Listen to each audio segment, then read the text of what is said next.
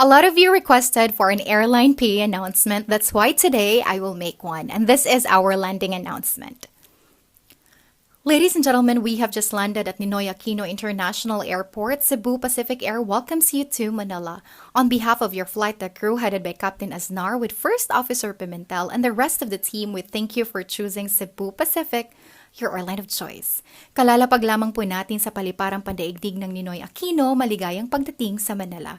Sa ngalan po ng bumubuo ng lipad na ito na pinangungunahan ni Kapitan Aznar, sa tulong ni Unang Opisyal Pimentel at sa inyong lingkod na mga cabin crew, kami po ay nagpapasalamat sa patuloy na pagtangkilik at pagsakay sa Cebu Pacific.